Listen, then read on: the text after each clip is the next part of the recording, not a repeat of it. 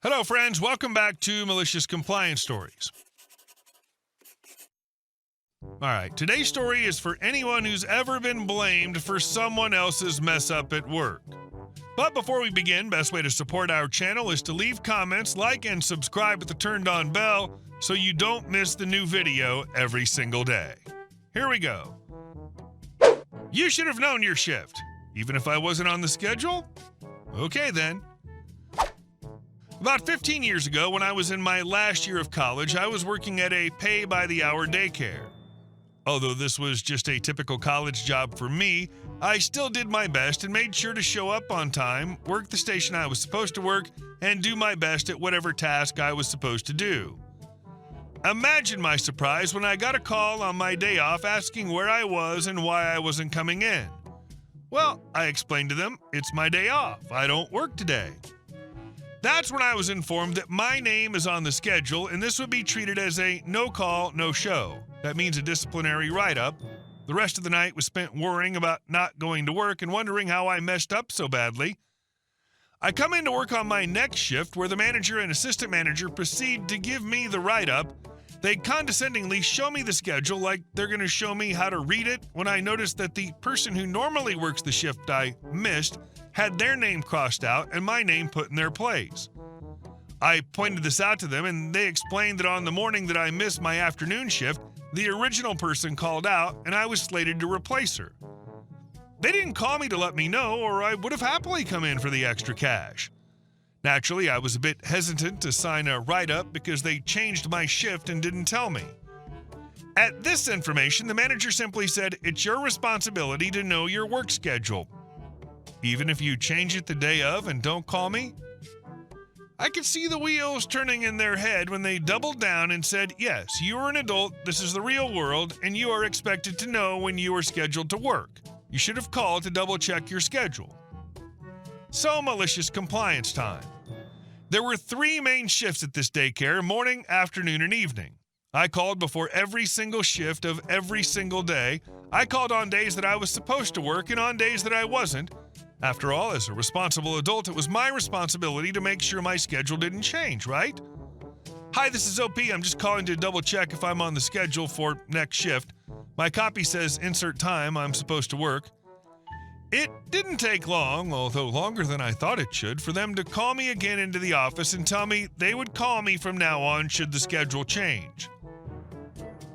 Sometimes I wonder what happened to them until I remember that IDGAF. Edit. A lot of you are asking if they removed the write-up when they realized they were wrong. No, they didn't. Which is why when I gave my 2 weeks notice, I didn't exactly leave gracefully. Your reaction was honestly the perfect balance of passive-aggressive and professional. It's the kind of malicious compliance that really shines, because it doesn't break any rules, it just exploits how dumb the rules are when followed to the letter. And our second story. When taking a dive on a test worked out better for everyone. When I was in college, I took a class with this gem of a professor. On the first day of class, he asked how many people thought they would make an A.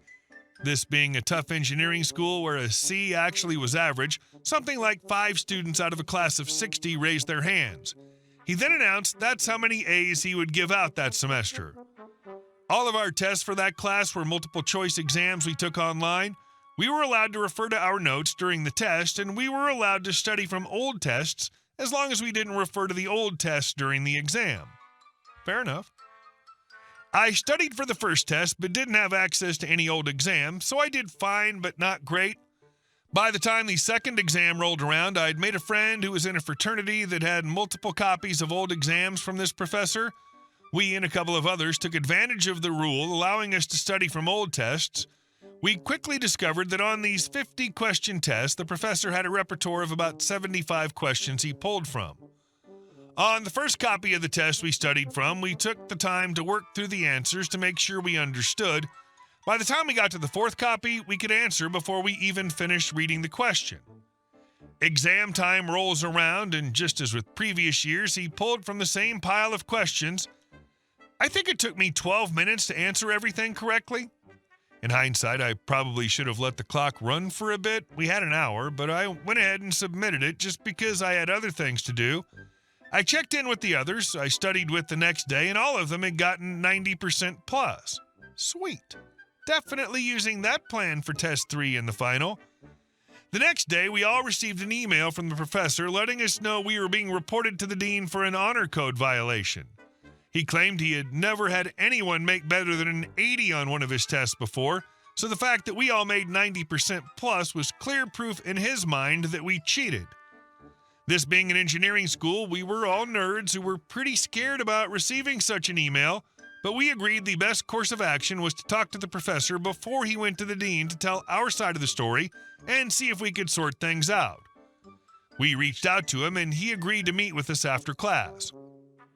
When we met with him and laid out our case, he was surprisingly receptive to our explanation. I think in reality he didn't want to go through with the hassle of reporting us to the dean, so we left the meeting feeling pretty good and agreed within our study group we would keep studying from the old tests. Well, about a week before test number 3, this guy announces to the class that because some of us had found the previous test so easy, the next one would have twice as many questions in the same amount of time. Being the cheeky SOB I am, I asked him as I was leaving class what would happen if someone made 100 on this test. "God help you on the final," was his response. So we used the same approach in studying for the test and found the same pattern of a limited set of questions. Of course, in addition to the extra questions, he had promised all of the questions on this test would be new. So while we again got to the point we had the questions and answers memorized, we tried to make sure we understood the concepts as much as possible to deal with what we expected to be his wrath. Test day comes around, and lo and behold, 87 of the questions are pulled directly from old tests, 10 are from a guest lecture where he basically pulled the question and answer directly from the slides, and 3 were filler questions like 1 + 1 = and the earth revolves around the sun, true or false.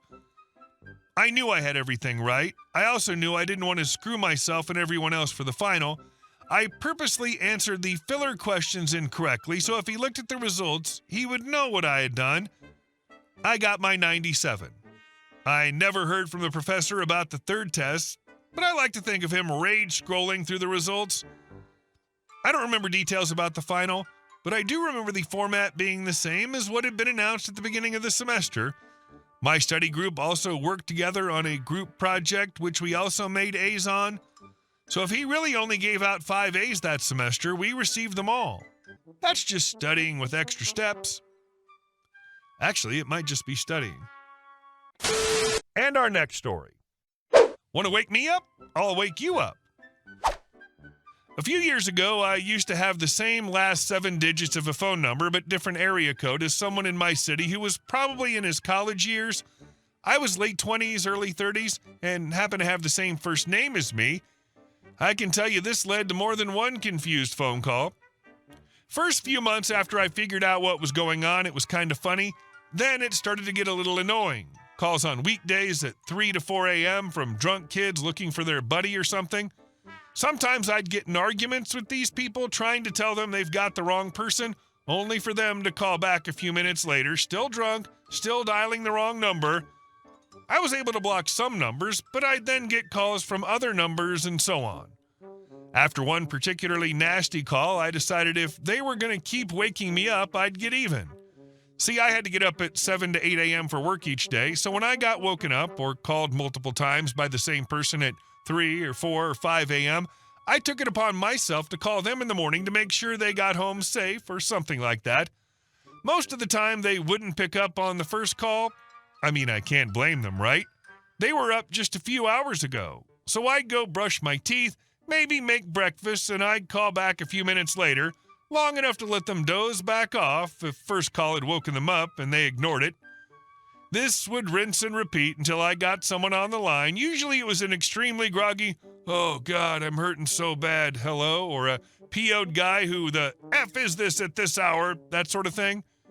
I'd give them my first name, which is apparently someone they know because they were looking for him last night, and tell them I was outside ready to drive them to work, hurry their butts up, then hang up and block the number.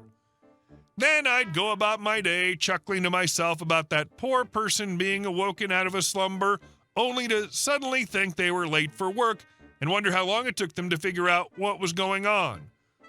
The number of late-night wrong number calls died down considerably after a few months of that. This is a great one. I suppose that the caller ID or the last caller function would have given you their numbers. Just wondering if they ever called you after sobering up, wondering what that was about when you called them. I mean, after they've checked and found no one waiting for them downstairs, that is. And our last story. The Chronicles of Vegan Karen. So let me tell you about the time our quiet suburban street got turned into a courtroom drama thanks to none other than Vegan Karen, a woman with a nose so sensitive it could probably be weaponized. Karen lives a few doors down. From day one, she made it very clear that she's vegan. She's passionate, and she absolutely does not believe the phrase, live and let live. Unfortunately, her two neighboring households didn't get that memo. The saga began back in 2018 when Karen declared war, not on factory farms, but on her next-door neighbors, the Smiths, a.k.a. Mr. and Mrs. Neighbor, and their two incredibly sweet kids. Their crime? Hosting backyard barbecues and, brace yourself, cooking meat and fish. They put the grill there on purpose, Karen once told a local paper, gesturing dramatically at the fence line. All I can smell is fish. I can't go outside without being assaulted by the stench of burning flesh. To be clear, the Smiths weren't doing anything illegal. They had their barbecue set up in a pretty standard spot. Their kids played basketball after school, and once in a while, Mr. Neighbor had a cigarette on his patio. Basically, they were just living. But to Karen, this was personal. She filed an official complaint saying she couldn't enjoy her backyard because of the deliberately wafted smells. That's right, she claimed her neighbors were orchestrating meat smoke to drift into her backyard like a slow, savory assault. The case went to a tribunal where Karen insisted she'd been victimized by ribs, grilled salmon, and children's laughter. The tribunal didn't buy it.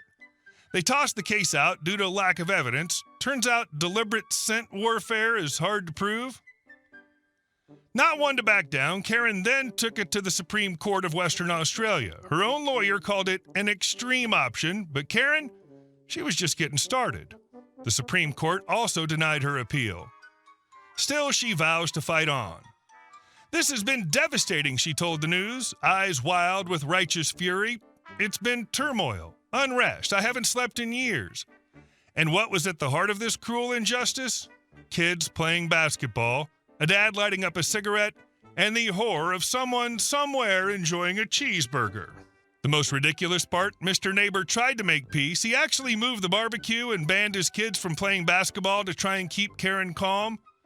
Karen's response? She turned her focus on the other neighbor, claiming their cooking and lifestyle were also ruining her life. That neighbor didn't hold back. Her demands were proven to be unreasonable and frankly destructive to our ability to live like normal people. Now the whole block is just exhausted. Everyone walks a little faster past Karen's house. Some people have installed extra fences. One guy swears she glared at his backyard smoker so hard it stopped working. Still, Karen insists she's the real victim. I just want to live in peace, she told reporters right before filing another round of complaints. The fact that this reached the Supreme Court of Western Australia is absolutely bonkers. That's like calling in the Avengers to settle a squabble over potato salad at a picnic. Also, her lawyer calling the lawsuit an extreme option? Translation, I know this is dumb, but she's paying me, so here we are. Hey guys, thank you all for watching the video. I'll see you in the next one.